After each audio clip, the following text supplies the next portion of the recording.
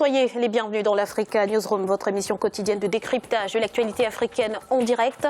Et en cette semaine spéciale République démocratique du Congo, notre dossier du jour sera consacré à l'opposition.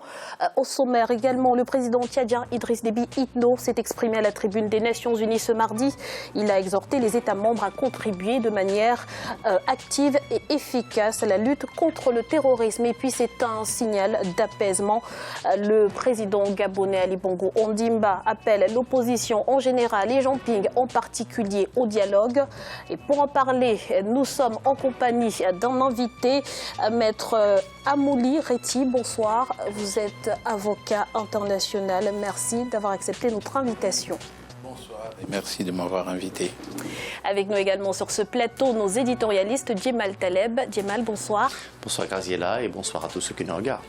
Et Jean-Marie Bitomo. Jean-Marie, bonsoir. Bonsoir Graziella et bonsoir à tous nos téléspectateurs et toutes nos téléspectatrices. Tout de suite, c'est l'info du jour.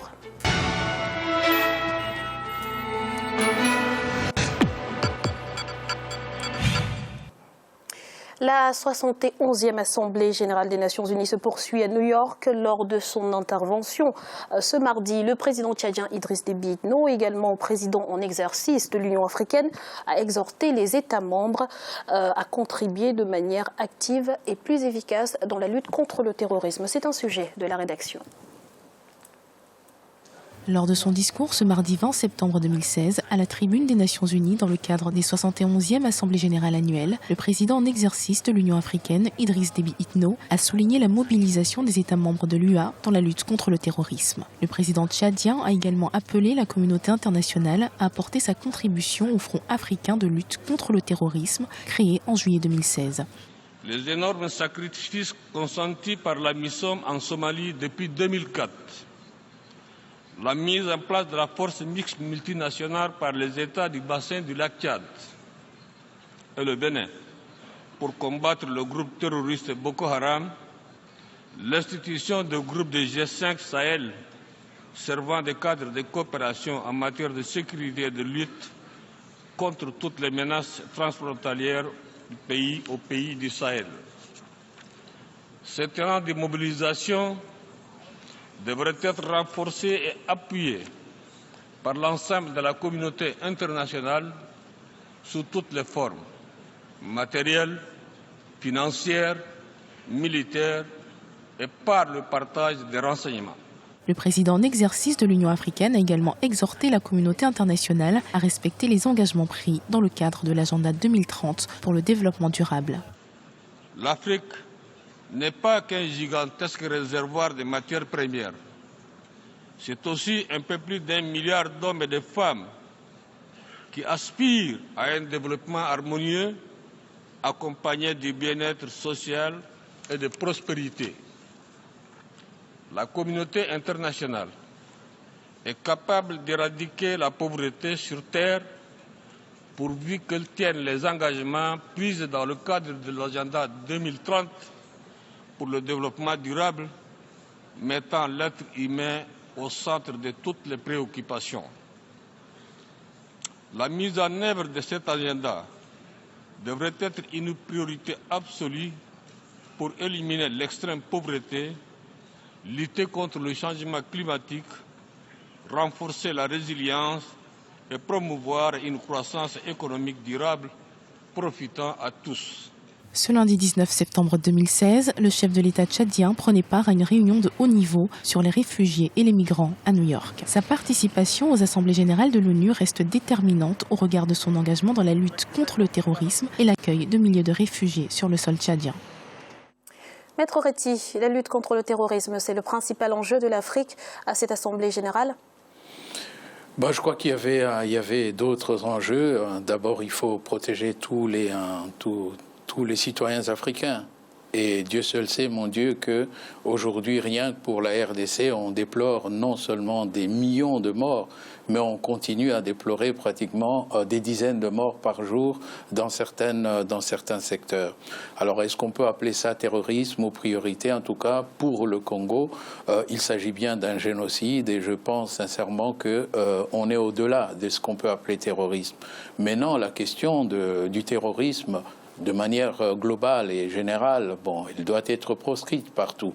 Mais bon, j'ai entendu une série de discours des chefs d'État, mais je crois que finalement, celui qui a le mieux résumé la problématique, c'est le président Poutine, qui a dit, écoutez, arrêtez de crier, parce qu'en fait, vous créez des terroristes, et puis par la suite, bien entendu, vous venez à la fois des pompiers pyromanes. C'est toujours le même jeu. Il a en tout cas dénoncé ce qui s'est passé, ce qui se passe en Syrie. Il a dénoncé ce qui se passe ce qui s'est passé en Libye, et il a démontré tout simplement que finalement c'est la politique internationale de certains États, notamment des États-Unis sans le citer, qui fait que finalement le terrorisme a le vent en poupe. Djemal. Non, je pense que le terrorisme n'est pas, de mon point de vue, la seule priorité du continent africain, cela va de soi. Il est important, il faut le prendre au sérieux, il faut le combattre avec sans doute la plus grande vigueur. Mais ça ne peut pas être la seule priorité, parce que la priorité, c'est le sous-développement. La priorité, c'est la misère, c'est l'éducation. Et d'ailleurs, je fais partie de ceux qui pensent que si vous réglez cela, vous réglez le problème du terrorisme. Et qu'en définitive, nous vont vers ce type de terrorisme. Ce sont des choses qu'on ne connaissait pas sur notre continent. Jusqu'à il y a 10 ans, 15 ans, ce sont des mots qui nous étaient totalement étrangers. D'ailleurs, ils nous sont toujours étrangers dans beaucoup de nos régions. Mais nous subissons la mondialisation, nous subissons les conflits de certains de nos pays, nous subissons une situation dans sa globalité où on recherche des gens qui ne sont d'ailleurs pas toujours de chez nous, et puis petit à petit ça s'installe chez nous et ça devient hélas une partie de notre réalité. Mais la vraie réalité chez nous, la vraie difficulté, le président Idriss Déby Itno l'a dit, c'est le sous-développement, c'est la misère, c'est que nous ne soyons pas seulement un réservoir hasardeux des matières premières extraites par d'autres, qui développent d'autres, qui profitent à d'autres, et en tout cas pas à nous. Et donc le souci pour nous est celui-là. Quant au président Poutine, permettez-moi de vous répondre, je ne suis pas convaincu que ce soit le plus grand démocrate au monde, je ne suis pas convaincu que ce soit le meilleur exemple au monde de lutte contre le terrorisme, non plus. Cela dit, oui, je pense que son action en Syrie a l'avantage, c'est qu'il en a une et que les autres n'en ont pas.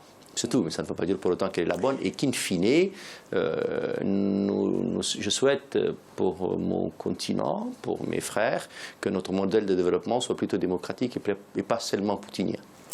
Jean-Marie, comment est-ce que l'ONU peut renforcer son soutien dans la lutte contre le terrorisme en Afrique ? Pour répondre justement à l'appel lancé par le président. Avant de répondre à votre question, je voudrais revenir à ce que mes collègues ont dit sur le plateau, c'est-à-dire l'Afrique, c'est-à-dire on n'a pas uniquement que le terrorisme, il est tout récent, comme Djemal vient de le souligner. Vous avez des mots en Afrique. J'ai dit toujours sur ce plateau, dès l'instant que vous n'avez pas une stabilité interne, sociétale, économique, politique et tout ce qui s'ensuit, en Afrique, nous devons d'abord, c'est-à-dire nous respecter nous-mêmes, respectons les textes que nous avons mis en place, et ça contribuera à la stabilisation de nos États.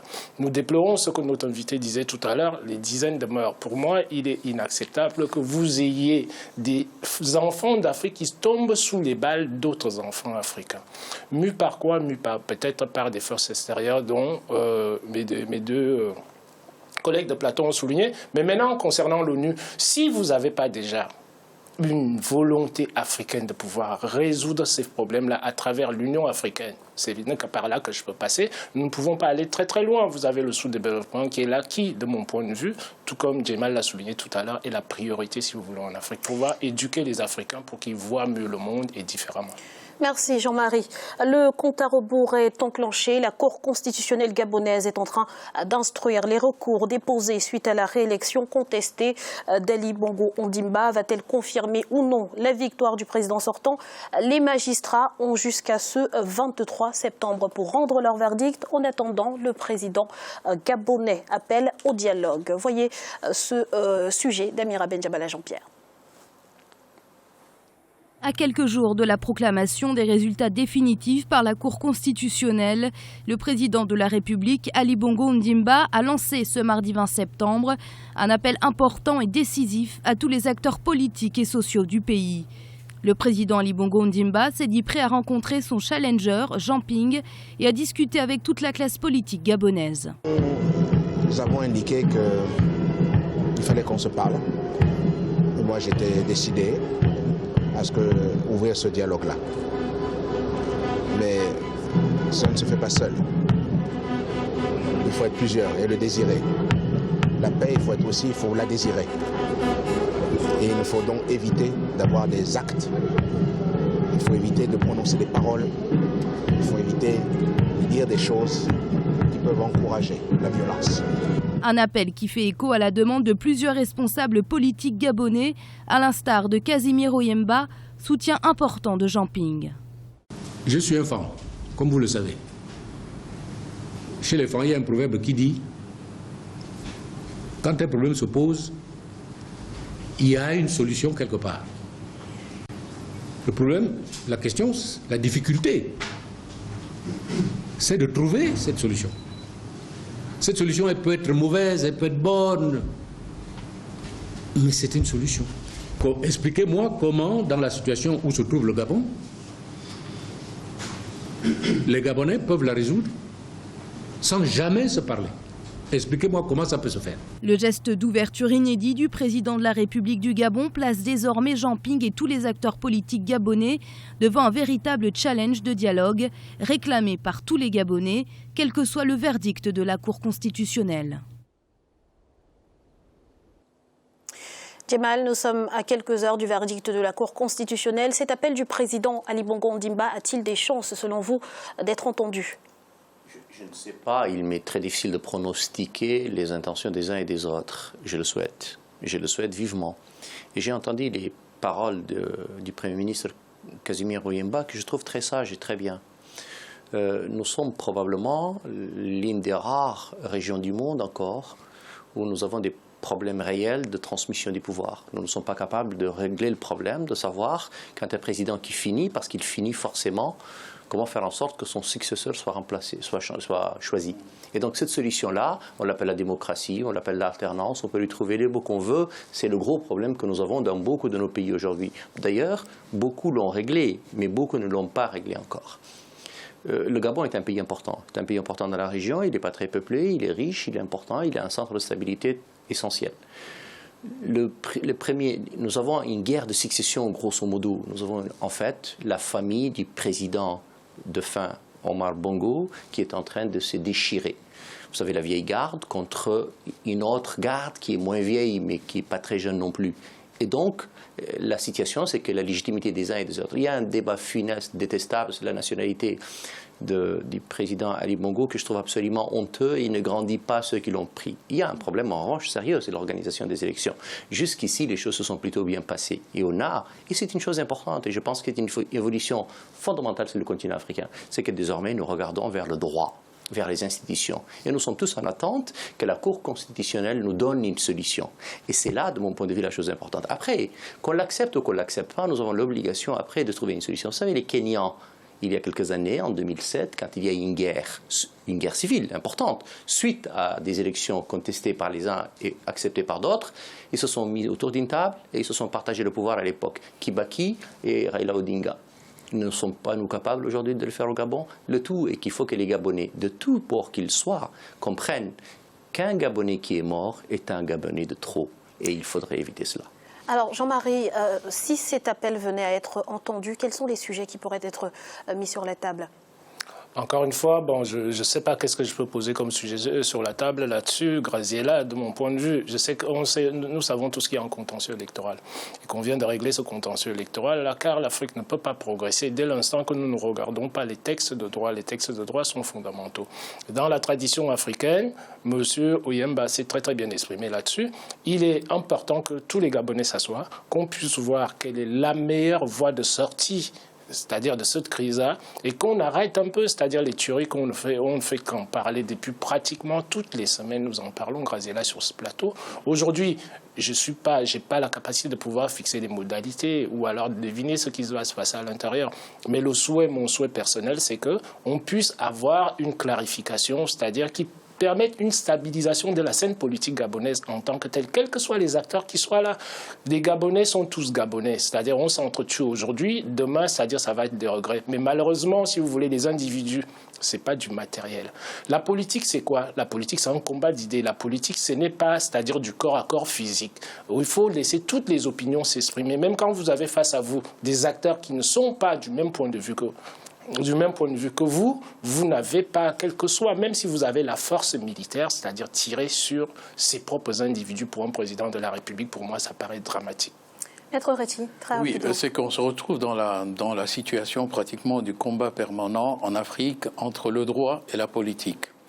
Et chaque fois, de toute façon, le parent pauvre, c'est le droit.